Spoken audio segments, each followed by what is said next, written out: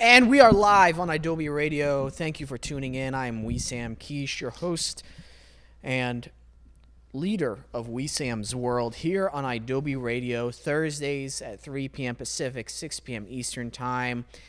In this little intro, you know who it is. It's Big Peyton Grufick. What's up, dude? Big Peyton Grufick? Big Peyton Grufick. BPG. BPG. Not a fan. Not a fan. What do you want to be? We got Peyton the Griffin Grufick. Lil PP. Little PP. That's what I want to be. I want to be Lil PP. Peyton Little PP Grufick? Your mom listens to this. That's what she calls me. Hey. She goes, "Hey, Lil PP, how you doing?" Okay. And I'm like, "I'm good. Thanks for calling." All right. You know what? That's how we started the show. That is. And we can't I'd go have it back. no other way. We can't. There's no way for us to possibly start over. We're only a No. minute in. We're We're a minute in. How are we going to start over? We just can't. We can't. The time will not allow it. What? We're going to press stop and record on all three buttons? I don't know how. You sound like a crazy person right now. Man. Well, we had a great talk with our guest today, who we're going to introduce here in a little bit. Yes. Before we start off, did you see Tesla's new updated Model S?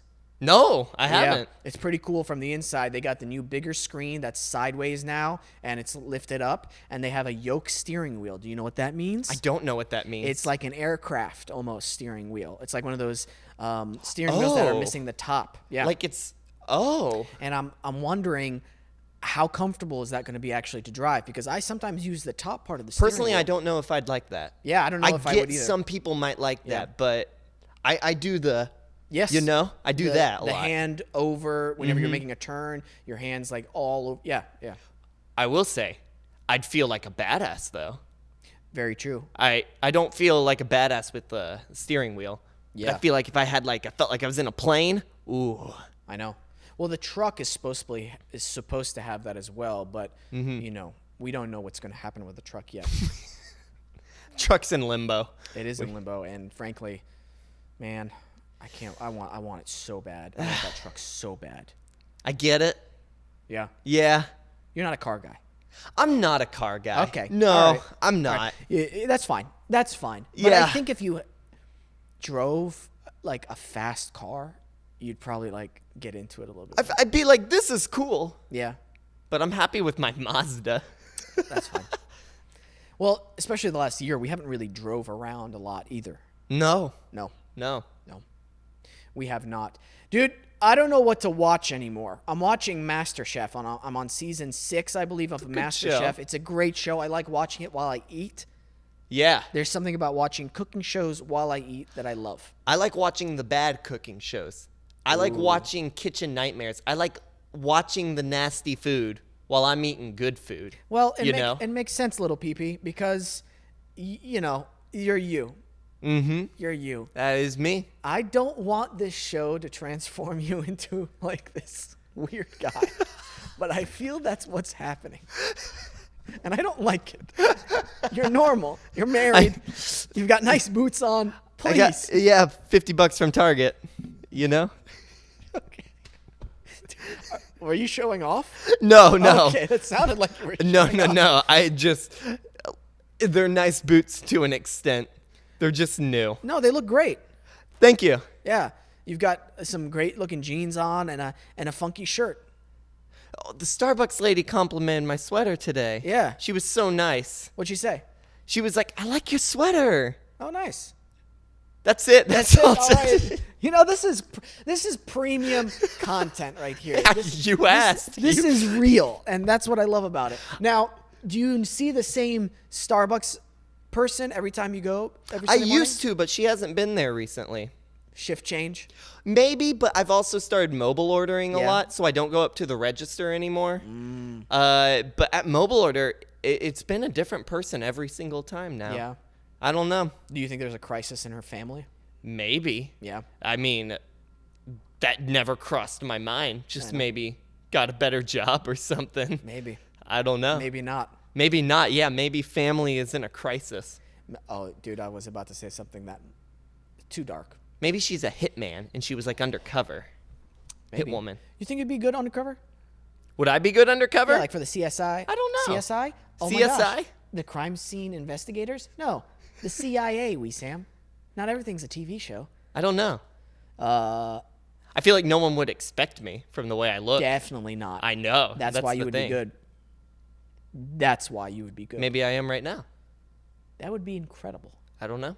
There's a great CIA book that I have. I don't even remember what it is, but it's written by a guy who worked for the CIA, and he went on missions internationally. And obviously the book, they have to change the names and locations of a lot of things. But he would talk about what he would do on assignment. And bro, that's living an adventure right there. Did he kill people? I think so. All right. But a lot of his secretive stuff that he did, whoa. It's stuff like if your shoelaces are tied a certain way and you're meeting another CIA agent in public, if they're tied in a certain way, that means you're in danger or the mission was a success or you needed, or hey, you need to go here. Like just from little stuff like that. Man. That's nuts. That is nuts. And then I was thinking about like all the CIA agents who've had to do like drugs just to get in with the enemy, you know, do a bunch of coke or heroin. Or maybe some of those CIA guys might have had to kill somebody. Maybe. How would you justify that? Oh my gosh. I don't know. Be like, well, he's going to die anyway from one of us. Might as well be me, and then we can get these guys down. And, you know, you're playing the long game right there. Yeah. Man, we started off dark. We did. We did, and I love it. We've gone from Lil PP to CIA people killing people. Yeah. This is the show. This is my world. Yeah. This is Wesam's world. What were you and Jason talking about? Like sucking my yuck or something like that? Okay, first of all, no, sucking was not in the... sucking wasn't in there? There was no amount of sucking Okay. that was discussed or Good. said I'm on glad. the show. So let's get that out of the way. All right. We just got monetized. Let's make sure we stay monetized, okay? He called yucking my yum. He said that. Yucking my yum. That's it. Yeah, and I've never heard that before. Yeah. And it's about ruining stuff that you like. Okay. You yuck my yum. Okay. What I find yum, you yuck at. Get it? We'll let him explain it later on. I don't think he really does explain it. Oh, he doesn't explain it. I mean, he kind of does, but I think I've explained it as much as it can be explained. Okay. He says it's from a show. Okay. But I've never seen that show. What show? RuPaul's Drag Race? Oh, RuPaul's Drag Race. Yeah. You watch that? No, I had roommates that did. Okay. What's that about? It's just a drag queen competition. Oh, okay. Yeah. And It's just like, Who you can know, like dress- America's Next Top Model? oh, It's that, but drag queen. Okay. At least I think. I think that's putting it on the simplest terms. I think a big fan of the show would call me out and be like, it's nothing like that at all. But I mean, it's drag queens competing to be the best drag queen. I'm pretty sure. And is from that- what I've seen. maybe we should get a drag queen. I don't think you're supposed to say drag queen anymore, are you? I didn't get that memo. I don't know. RuPaul's Drag Race? Is that what it's called? I think that's the name of the show, but like, I have a friend that does it, and Okay. I've said that around them, and they Okay. haven't. See, I'm worried now that we just got I know. canceled and I don't even know. I so don't missed know. the memo if there is, because I have friends that do it, and no one's corrected me yet. So either they're being really nice to me, or Yeah. I don't know what it like. So you're supposed to dress up and then perform a little bit with I've been to a show. Oh, okay. What's that like? There's a club in Tulsa called Majestic, and they do shows there, and they do performances like lip syncing to songs. Oh, they don't sing it? They lip sync? Some might sing, Okay. but the ones I've seen in Tulsa, they do lip syncing. Oh, okay. That's cool. Yeah. No, So it's a like lot of fun. It's entertaining. Yeah, everybody's got drinks. Nice. It's a lot of fun. They interact with the crowd Oh, cool. a lot. Yeah. It's a lot of fun. That sounds fun. Maybe I'll have to check out a show tonight when I get home. Yeah. Just watch an episode of RuPaul's Drag Race. Mm-hmm. Yeah. Lots of drama, though. That's like the part of the show. They get in fights a lot. That's one of With the each things. other? Yeah. Not like they might. They might get in physical fights, but I've seen lots of like TikToks of just like, you know. You know what I want? What? It would have to be a very specific reality show, but I want two people who hate each other to be on my show, and I kind of mediate an argument between them. I think that'd be fun. That would be. I think that'd be very entertaining. You want to be, watch. what's that show? Jerry Springer? No. No. You just get people that hate each other and then they want to fight each other and you got security guards. No, we don't have security guards. Little Pee-Pee's the security guard, and let's be real. Let's be real. You're not going to do anything. I can try, but I might not succeed. No, I don't want you to get hurt. That's fine.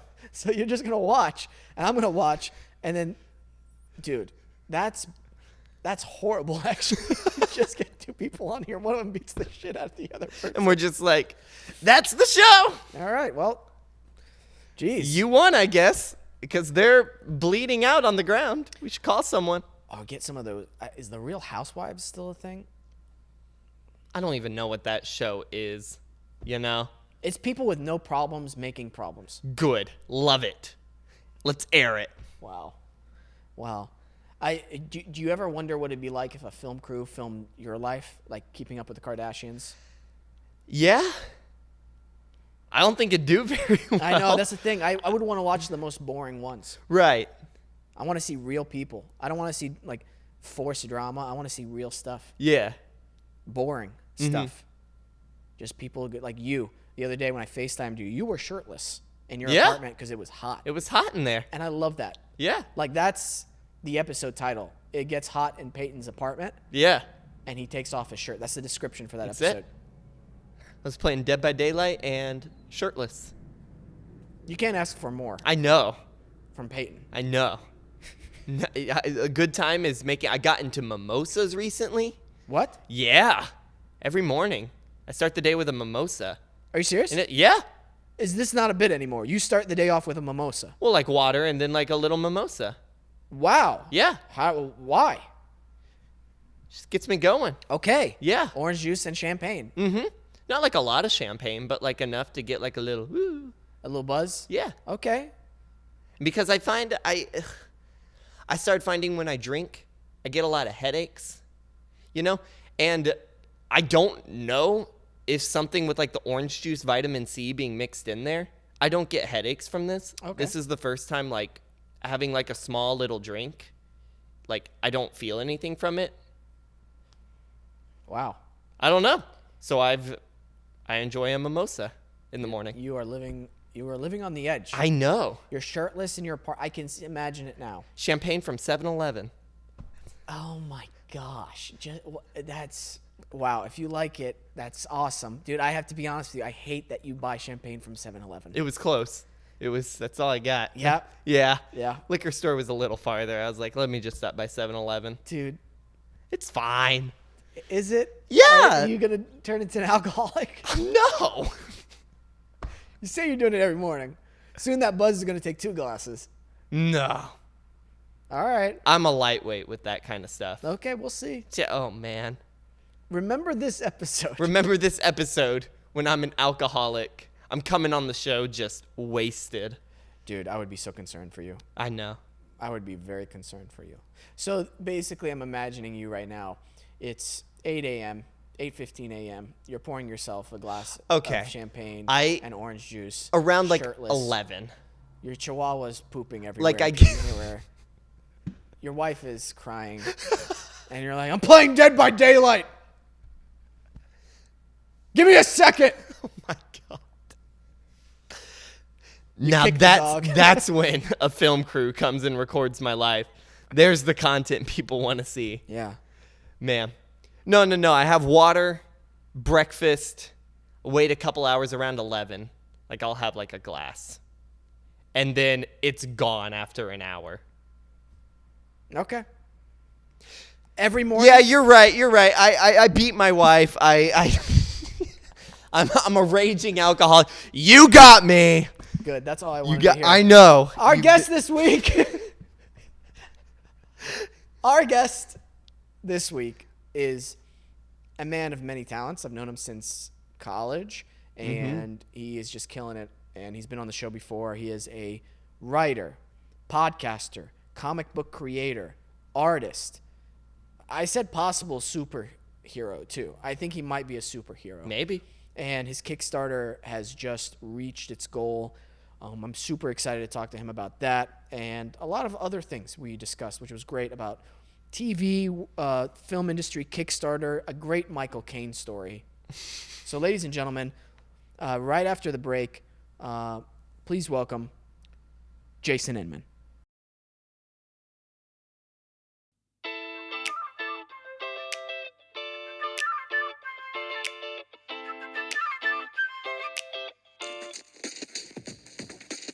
All right, this is it.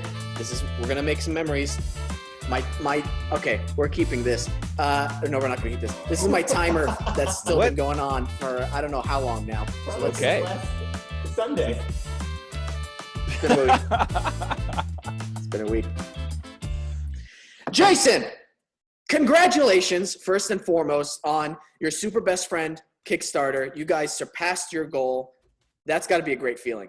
Yeah, man. In 11 hours. It's the feeling of not funding your Kickstarter never goes away. Every time you do it, doesn't matter how many you've done, you're just like, maybe this is the one where people run for the hills and decide not to check it out. So yeah, to have it in the first day was pretty awesome.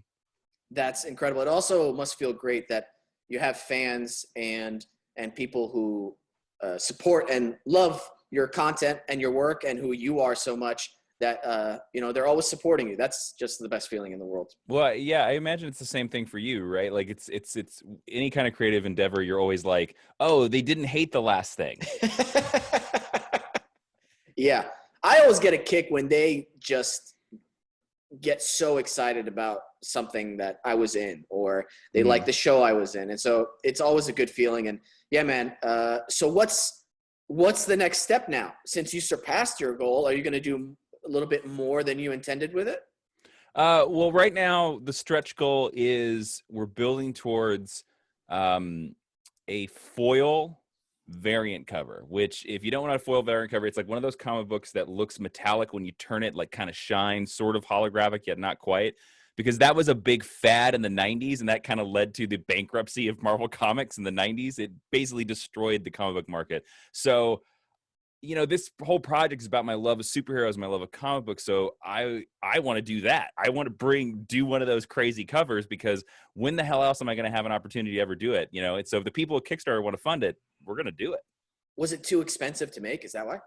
Yeah, it's a little bit pricier than normal. Like it's about like $5 more expensive per copy to like print a like foil cover. So yeah. So if we hit like 12K, right now we're at like 11,100, and if we get to 12K, like we'll unlock it. But I'll tell your listeners, if I'm probably gonna unlock it anyway, because I just want to print some of them. So well, I think you're pretty close to it right now. Yeah. I'm looking at it right now, and so you might as well. Yeah, we still have like 18 days, so there's plenty of time. It's not like there's a deadline anytime soon. Dude, one of my goals, if I ever win the lottery, the like the $100 million jackpot one. Yeah. I want to go through Kickstarter and just go fully funded, fully funded, fully funded, fully funded, fully funded. That's amazing. That's you could just do that as a millionaire. You don't have to wait for the lottery. That's very true. Yeah.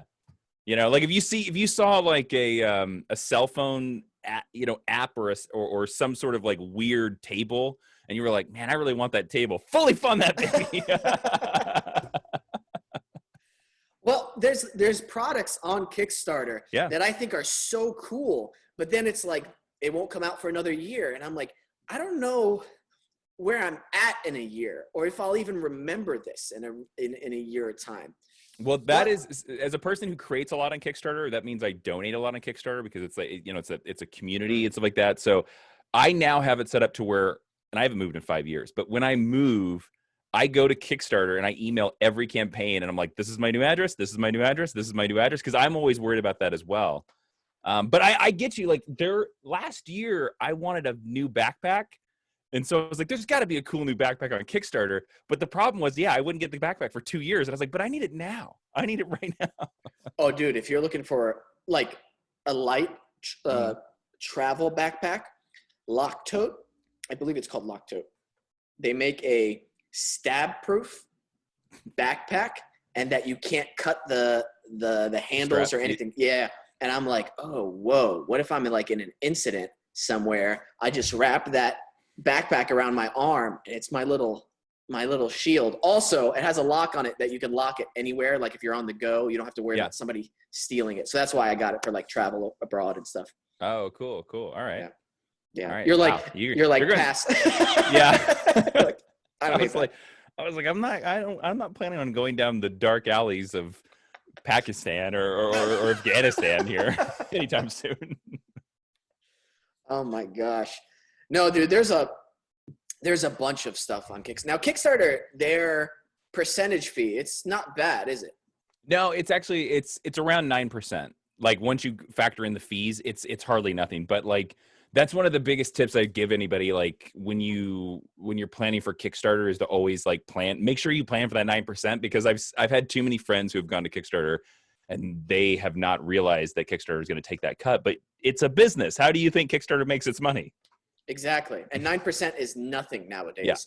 Yeah. Mm-hmm. We just got monetized on YouTube. So cool.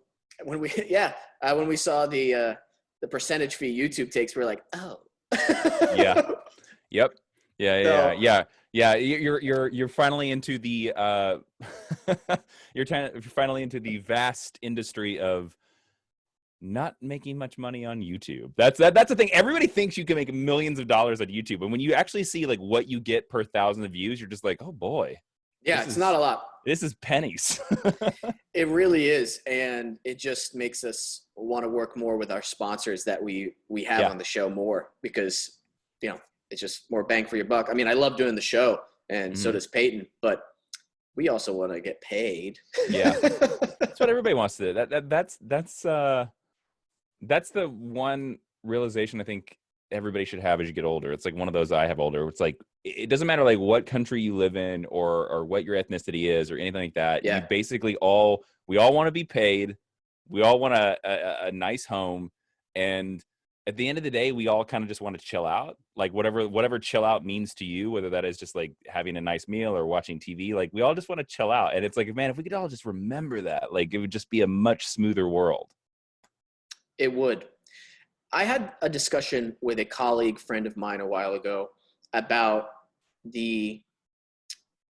what it feels like to people not inside the industry, the exorbitant amount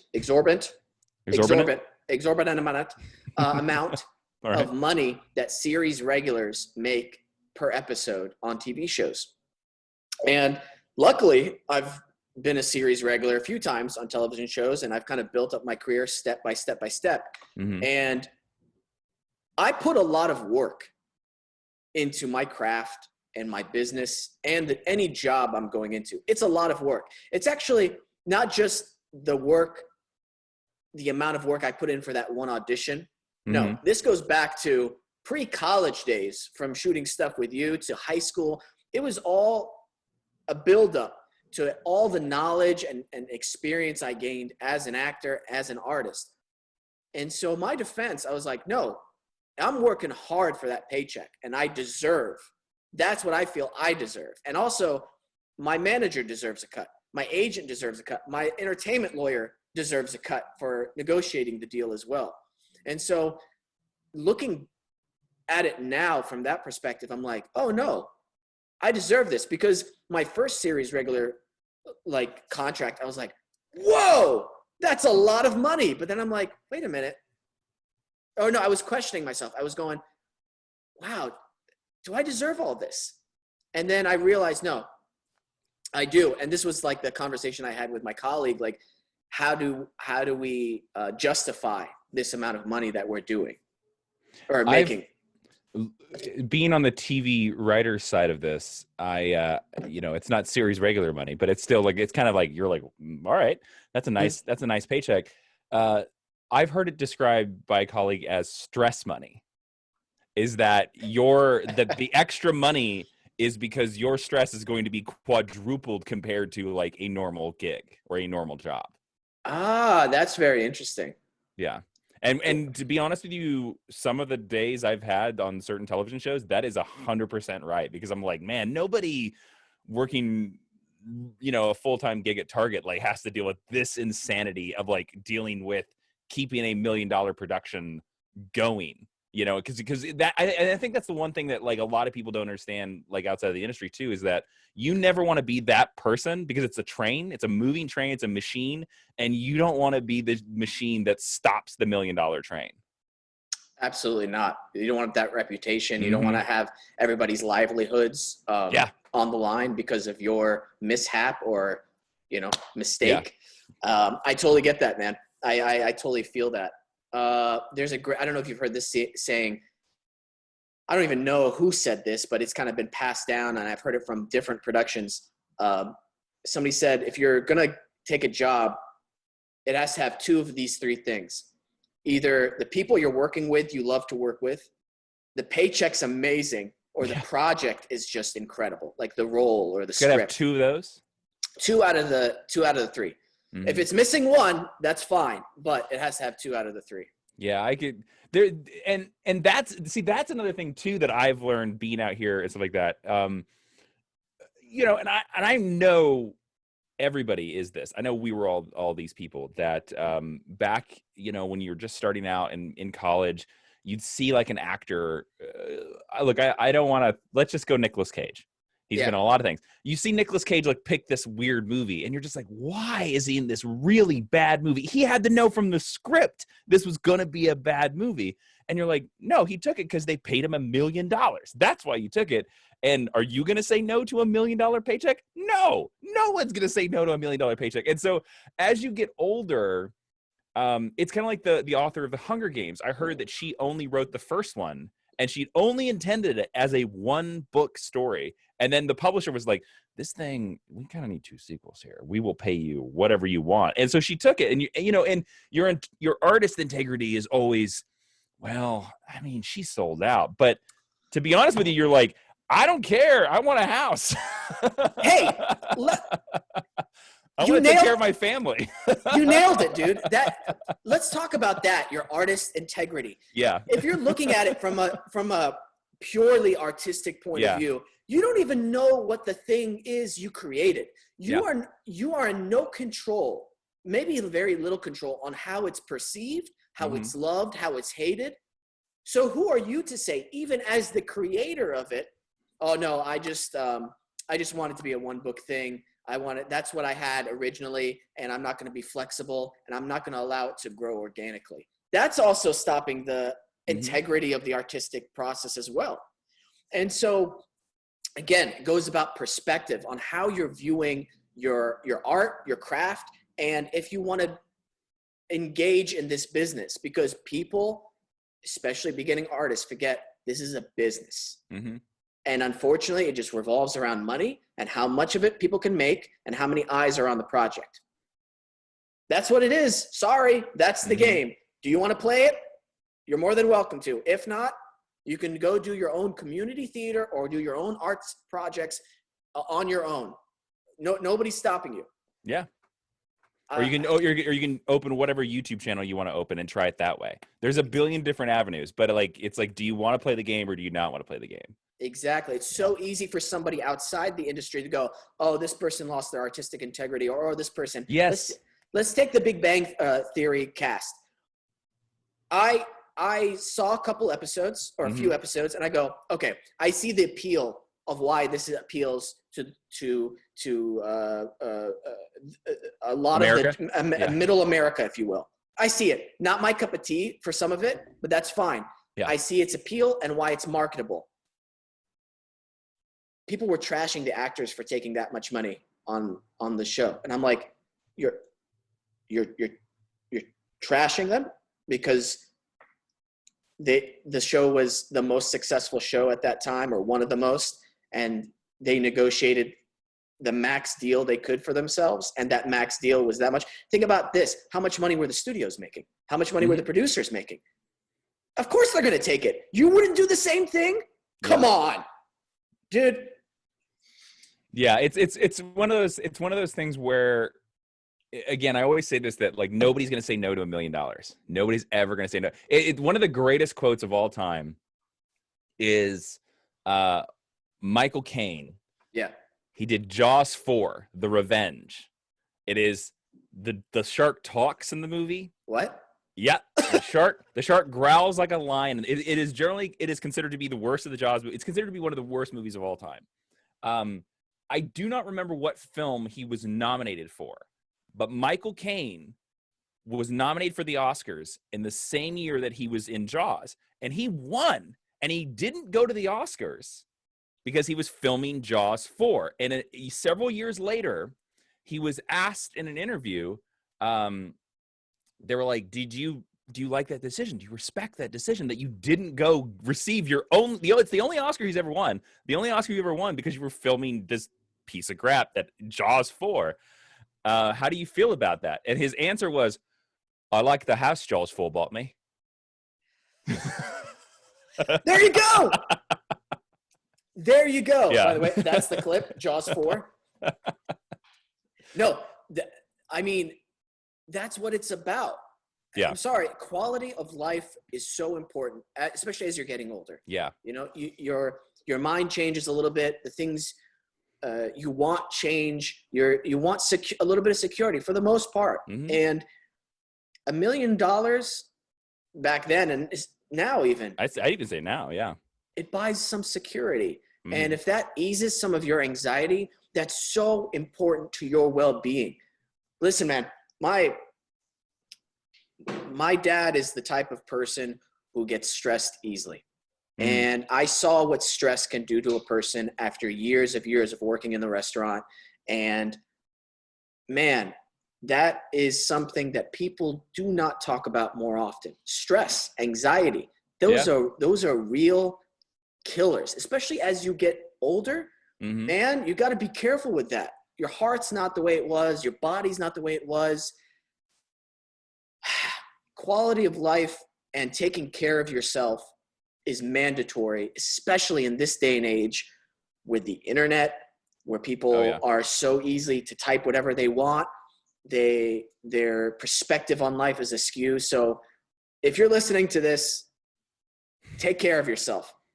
When you wake up, I highly suggest don't look at your phone the first thing in the morning. Take some time to yourself, have a cup of tea, have your coffee, count your blessings, and take at least an hour a day to do something you want to do that makes you happy. Mm-hmm. Not heroin, hopefully. So, well, I mean, if heroin makes you happy, I don't know. Jason said it.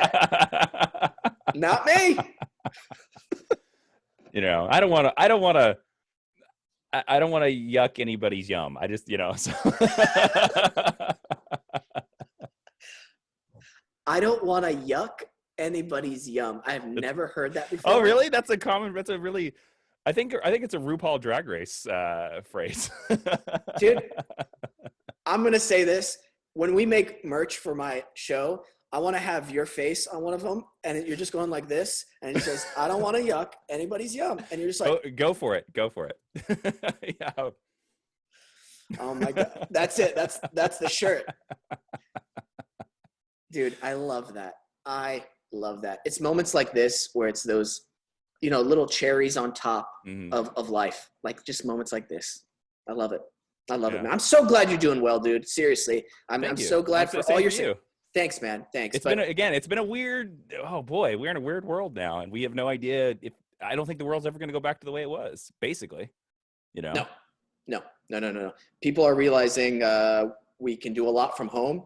Mm-hmm. And there's a double-edged sword to that. You can work from home, and the way businesses are conducting their businesses are changing. Yeah. And I think the negative aspect to that, and I don't know if you would agree, is did you notice more conspiracy theories and theorists and in extremism has popped up since the pandemic started, where people are being cooped up inside their home? Do you think there's a correlation with that?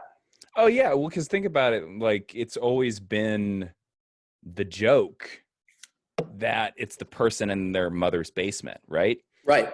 And I think that the reason why is because I think when you're trapped in four walls and you never go outside, you never see people, or you don't do that a lot. I think when you're only getting your information from the magical internet box, there's going to be a skewed perspective. And I think it leads to conspiracy theories. Like, because if you were to go, like, say you had a great big friend group, and you read some crazy theory that like, oh, hey, Jaws 4 is the greatest Jaws movie of all time, and I were to like meet you for coffee and be like, hey, Wesam, Jaws 4 is the greatest Jaws movie of all time. You'd be like, shut your damn mouth. Shut up. I will punch you. That is so offensive. I would say that. Yeah. But if if that's especially in the pandemic, we're now only seeing people over, computer screens and view screens. It's the only way we're getting our information now. So yeah, of course it's leading to a lot of, I would say, insanity, a lot of just crazy thoughts. But also that a lot of that's just, I think, because the anxiety or the stress level is so high. I've said this so many times to my wife this year, 2020, and it still does, feels like the year I was in Iraq, that I was deployed in Iraq. Whoa.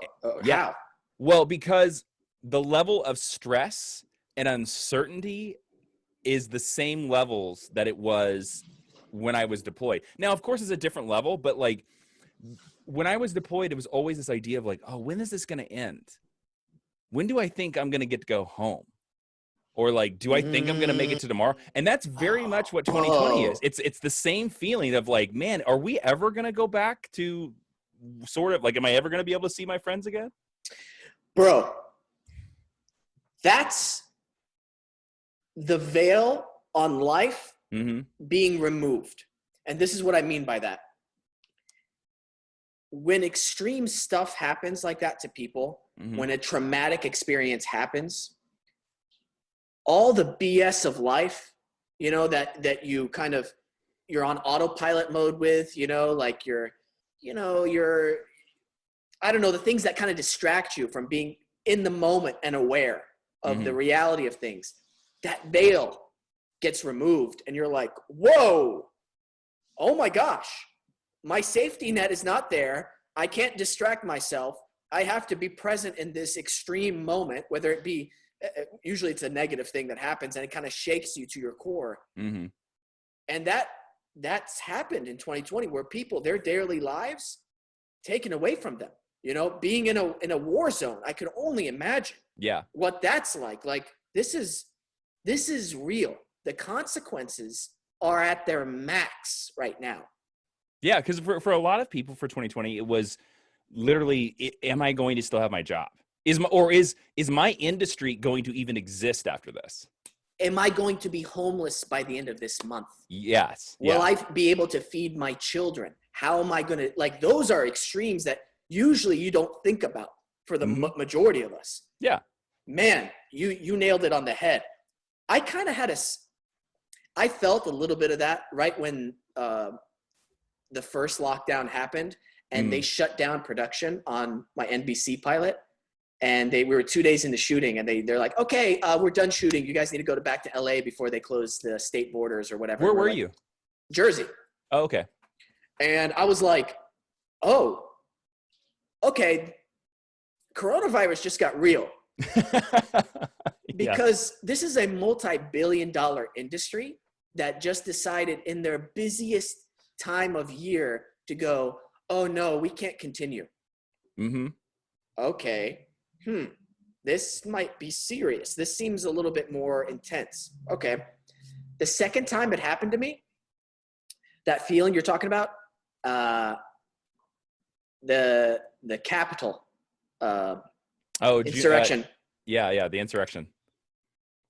I'm literally in my living room going, okay, so this is the Civil War. And this is how I was watching it live, when they're broadcasting live, the Senate, House, and them. Yeah, C-SPAN and stuff, yeah. Yeah. Dude, when you have that instinctual feeling like something's not right? When there was commotion and the people are like looking back and you see Secret Service agents just running and I'm like, oh shit, this is going down right now. And then it just escalating more and more. I'm like, wow, okay, this is it. The night before that, I talked to my brother on the phone, and my brother is in college for political science. Like he's going to go into politics. Is exactly what he's going to do. And I remember talking to him, and I was like, "Well, what are you going to do tomorrow?" He was like, "I'm going to watch the whole thing on C-SPAN." And I said to him, "Oh, that's going to be boring, man. The certificate, they're just going to certify it. It's going to be fine. Nothing's going to happen." And then the next day, I texted him, was like, "Holy cow, you were right, man." Insane, dude. It's scary. It's scary. That type of extremism where you're just completely blind to Yeah. truth and facts and humanity. Whoa. Yeah. Whoa. Well, there's a certain point where, I mean, and we've seen a lot of that with the coronavirus as well, where you're just like, when do you turn off science? Like, when do you are like, science doesn't work? So at that point, to me, it's the idea of, well, then you can't go to a hospital and get the doctor looks at your body and says, well, you're going to have a heart attack. Nope. It's a murmur. How do you know? like, how do you know? Again, it's that distraction. It's that distraction that people put in their lives so they don't face the truth. Yeah. And I bet you anything, a lot of those people, imagine how embarrassing it would be. And I'll just give this example. To be a flat earther, okay? And you believe it wholeheartedly. Mm-hmm. And you're confronted with evidence that completely negates your entire perspective and worldview and everything you've posted online. You think people are going to go, guys, the maturity, the emotional maturity to go, I was completely wrong. I was blinded for a multitude of reasons. And wow, I'm a little embarrassed, but yeah, this is totally not right. The world is a sphere. Do you think that a lot of people have that emotional maturity to completely change their life? No, not at all. No, because it's one of these things where, and I think social media has created this, because I see a lot of that in fandom.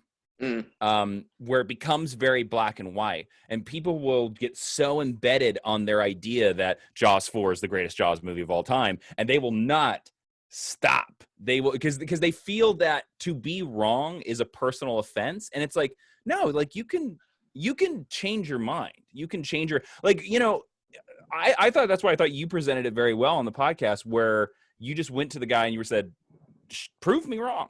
Or convince me. And that's exactly the way I would be too. Like if somebody were to come to me and say that, oh, the Earth is a pyramid, I'd be like, okay, show me the evidence. How do you explain the thousands of pictures that satellites have taken of the Earth is round? How do you explain when I look at the ocean, it's curved? How do you explain why the horizon is curved? Like, how do you explain, you know, the time zones and all the sun going in an arc, which is also curved? Like, prove me wrong. You know, but when they can't, they'll just embed even further, because again, they think that is a personal slight against them. And you're like, no, it's not, man. It's just, that has literally nothing to do with you. Well, also it's hard to talk to somebody who you show them a red piece of paper and they're going, no, it's blue. Mm-hmm. No, it's blue. And you're like, no, this is red. This is red. No, it's blue. And you're like, well, how do we move on from here? Because from your perspective, you think I'm totally wrong, mm-hmm. and I think you're totally wrong. So, okay. Yeah, I don't know. If I present evidence to counter yours, you go, oh, that's fake. Well, man. Yeah, if I bring out a spectrometer that can read red and I show you, hey, it says red. You'll say, if you say, oh, that's you made that and you're a shill or whatever.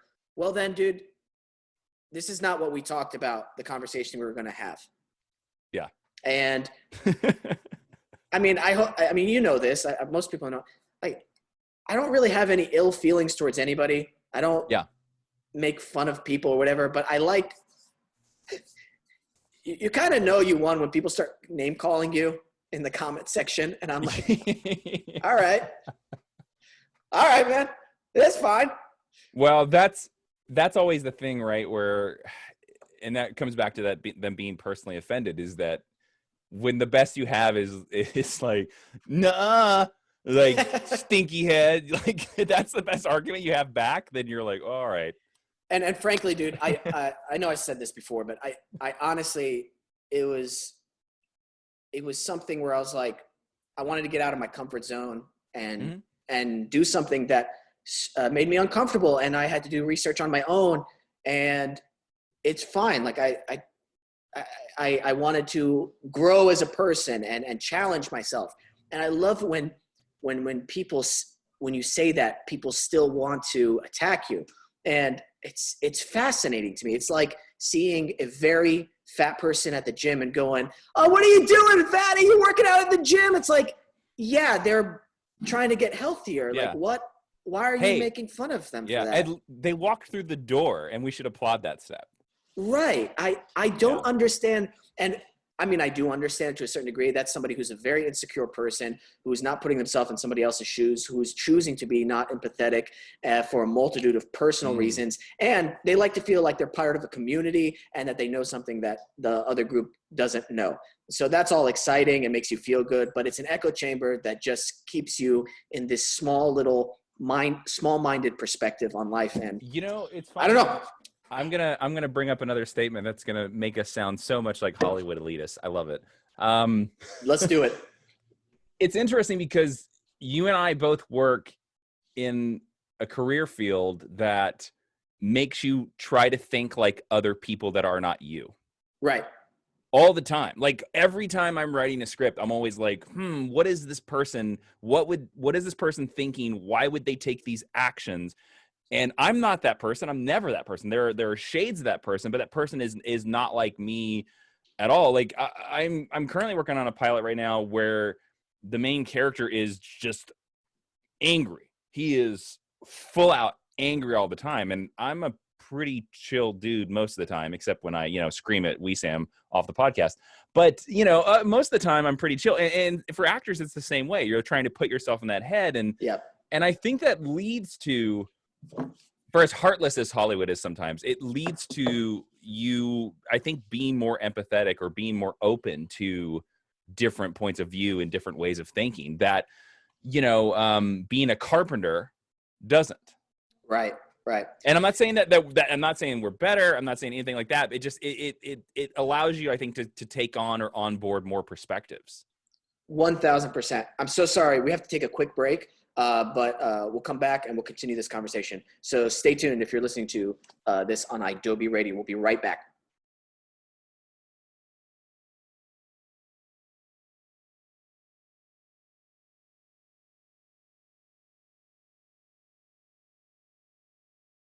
All right, and we're back with Mr. Jason Inman. If you are listening, you should be still listening because it's an amazing conversation. Check out his Super Best Friend Kickstarter. They've already met their goal. However, they're having some little extra things on there. So donate. You'll get an awesome comic book. It just means it's a pre-order now. Yeah, it's a pre-order. Then there you go. It's all fancy. And also, Jason, we didn't talk about this, but you have a Patreon as well for Geek History, right? Yes. Geek History Lessons is a podcast that I do every week, and it's patreon.com/Jawin. That's JAWIN. And we do 3 bonus podcasts a month over there. Listen, guys, I know everybody, you have a subscription for everything nowadays. It's the world we live in. However, if you love comic books, anything related to geek nerdery, yes. Geekism, I don't know. This is the place to go to. You're very well spoken in this field. I got to say that anything related to comic books, superheroes, I'm the kind of person where if I was more into it, you would be my go-to guy for the resource, to be honest with you. So you guys should definitely check that out. Well, thank you. Yeah. Dude, it's what were you talking about earlier? It goes back to how do you get somebody who's not in our field to put themselves in somebody else's shoes? Because that's, hey, you should put yourself in that person's shoes. Somebody's not really gonna, I feel like sometimes it's hard for that person to do that unless they experience what they're experiencing. I was going to say, it came to me on the break that another field that I think is probably pretty good at what we were talking about is the medical field, especially if you're a doctor or a nurse, because you're constantly, I would think any industry where you're dealing with a wide array of people and the people are constantly changing, I think would lead you to put, but it's a difference between, like, I don't think this happens in retail, because retail, you have very quick interactions, the person is gone. Whereas in the medical field, you're usually with that person for an hour, maybe 2. You'll probably see them in a week, maybe a month. You'll see them at least once a year. Like, you create like sort of a relationship with this person. And so like every time you see them, you're like, oh, how are the kids? Or maybe you investigate the kids, or so any, I think, industry that's like that, where you're having a consistent ongoing relationship with a wide variety of people, like dentists or like I said doctors. I don't know why I went to dentists specifically. Dentists are doctors. you know, I think it would allow you to like be more empathetic, and because that's I think where the biggest problem is like, are you emotionally willing to talk about something that completely contradicts your worldview? That in a respectful way. Mm-hmm. Yeah, of course. And in a way where, are you willing to widen your perspective on life a little bit? Mm-hmm. Because, you know, I'm a spiritual person. I have my own spiritual practices and everything like that. And one of the things I love about my religion is it encourages us to learn other things and learn other religions. And that is I think the best way to test if your thoughts on things are true. Learn the other side. Because if you believe so full-heartedly in it, then you should be able to debate it, I feel like, or at least defend it to a certain extent. You should have a knowledge base. Yeah. You know. Yeah. I don't know, man. It's hard for people because that's getting out of your comfort zone. And a lot of people do not like that. And I love America, but there's a lot of Americans who enjoy that comfort, you know? Yes. Their day-to-day life. And they don't want that taken away from them. And that's why a lot of people, you know, it's like wearing a mask was the biggest deal in the world to them. And I mean, I understand from their perspective, they don't want government control. Cool. I'm actually with you on that. I don't want the government to be in my daily life 24/7. I get it. Yeah. But as a fellow American, I want to make sure my fellow Americans are safe. I don't know why they made it like an anti-American thing to not wear your mask. By the way, doctors, special forces, military, I mean, the list goes on. They wear masks for long periods of time before this. So it's not that big of a deal. Like, you can breathe. It's one of these things where, like, if you think having to wear a mask to go into Walmart is taking your freedom, then I don't think you know what the word freedom means. No. Because that is not the freedom that the framers of the Constitution even cared about. You know, man, I wish. Who would have thought the superhero nerd would make it so serious, huh? I know, right? That's what this show is, though. I don't know. I love talking about this kind of stuff. I hope people like listening to it. Hey, man, I didn't mean to yuck your yum. I'm sorry. You yuck my yum so bad. It sounds slightly dirty. That's why it's funny. Dude, I'm going to yuck your yum so hard. Oh, boy. Oh, man, my back hurts. What'd you do? Oh, I yucked somebody's yum.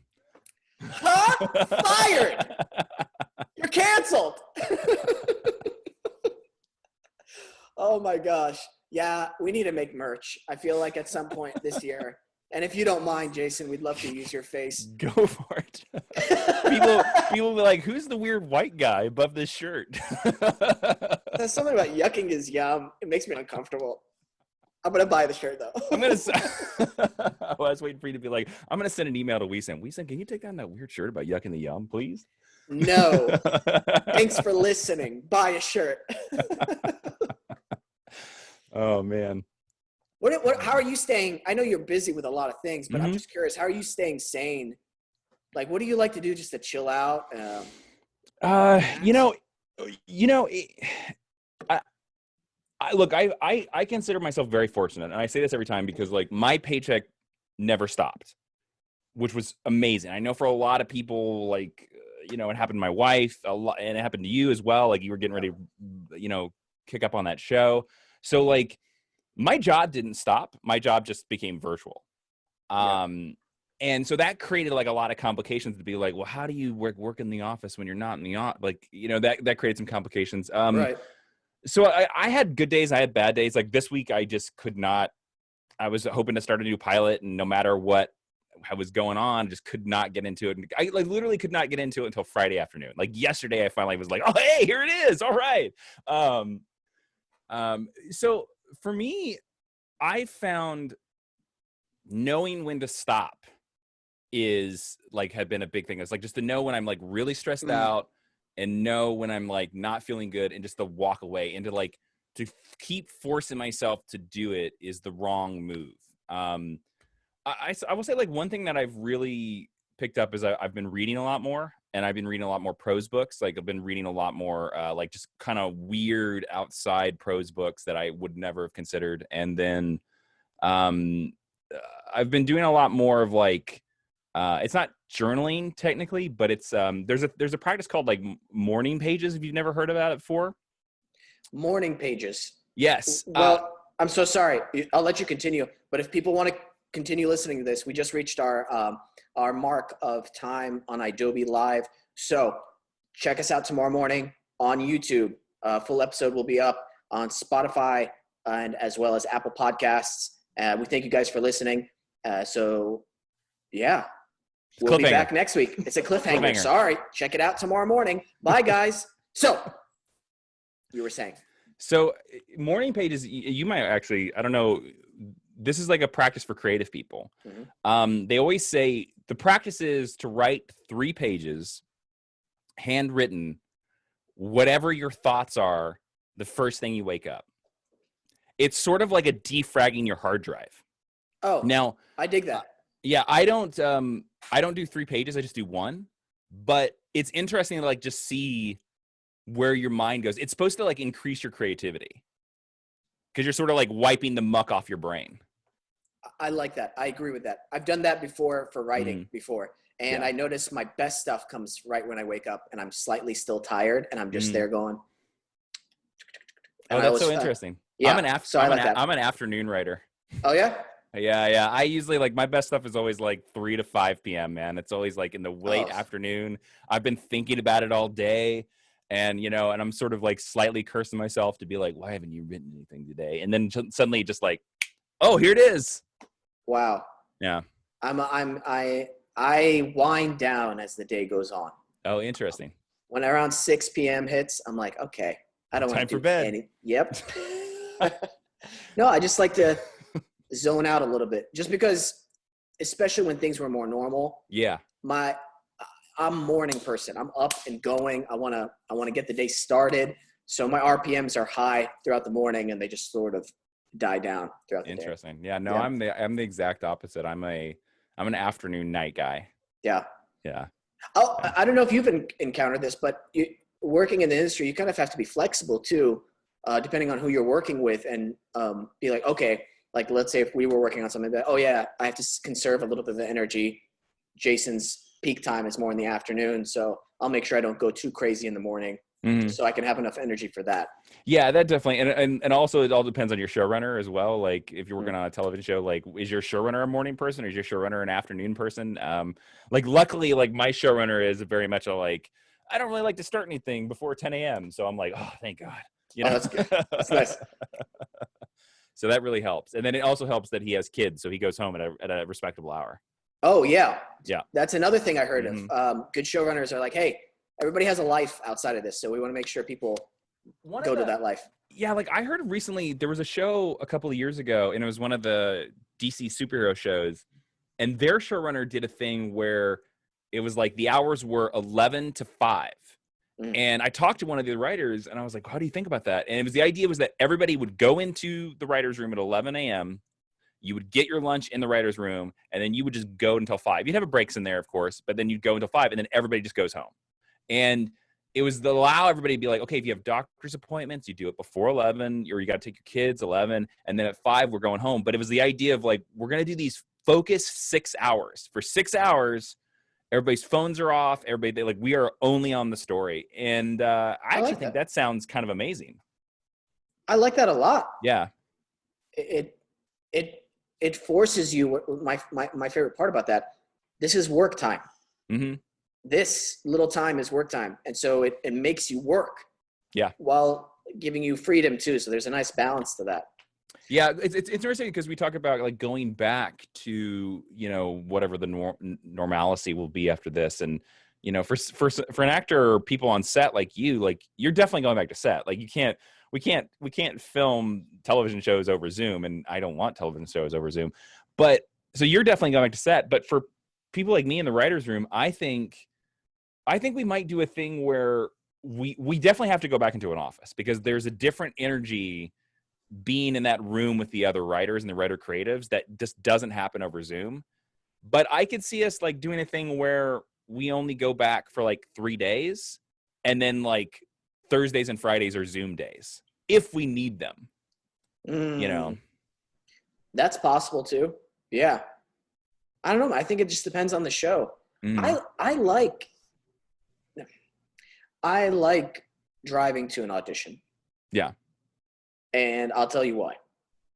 Self-tapes are cool. I've booked off self-tapes, but there is a little bit of an edge I feel I have personally when it comes to auditioning in person. And that edge is this.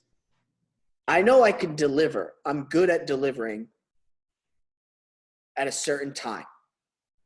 It's not on my time. It's on, oh, you need it to be delivered at this time? Cool. I can perform at this time and take direction right on the spot. No problem. I know a lot of other actors don't have that, and they get nervous. And I was in that position before too. So immediately your competition dwindles whenever you're auditioning in person. And I like that because it gives me a better chance. Yeah. Self-tapes, you can do take after take after take and get the perfect one. Yep. And so your competition's wide. Yeah. Yeah. That's a very good point. I was waiting for you to tell me like you sing like the Man of La Mancha in the car on the way, and it just psychs you up. And I listen to like metal music or Tool or something to pump me up on the way there. You still listen to Tool? That's awesome. Oh yeah, I love. Have you heard their new album? No. Oh, okay. No, I love it. I said goodbye to Tool a long time ago. It's fine. That's fine. Sure. That's your loss, and I have to expect. Yeah, you could have it, man. My musical tastes have arrested. Like my musical tastes are like, what musical score from the latest film or television show has come out, because I can't listen to anything with words anymore, because then I start writing the words into the thing, and I can't do that. You should listen to the soundtrack for Assassin's Creed Valhalla then. Okay. You would enjoy it tremendously. It's very cinematic, very cinematic. Right. Yeah, that's where I am. So like when people are like, have you heard of the new band? I'm like, no. Yeah. Well, before we go, is there anything else you're working on? Because I feel like you do a million things still. Let me think here. No, I mean, just all the writing stuff I really can't talk about. I can't say anything about it. Because I'm trying a new novel right now. Okay. A couple of pilots, still the television show that I can't talk about. Yeah, I don't know. What were you going to say? I'm sorry, I interrupted you. No. It's all good. I was going to say, can you even say the name of the show? No, still can't.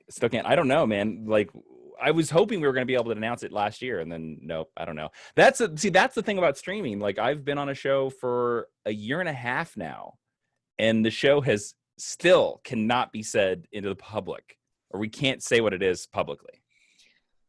So that's so frustrating on a professional level, because you want to tell people about it so you can get more work. I don't know, like in the future, but you gotta wait. I don't know. Yeah. It's just, I don't know. I would just say, if anybody enjoyed my Michael Cain impression, come over to superbestfriendcomic.com and read some superhero comics. Absolutely. Dude, I'm so glad you're doing well. And same to you, man. We got to do this again in person once everything has finished with coronavirus. I would enjoy that. Yeah, man. All right, brother.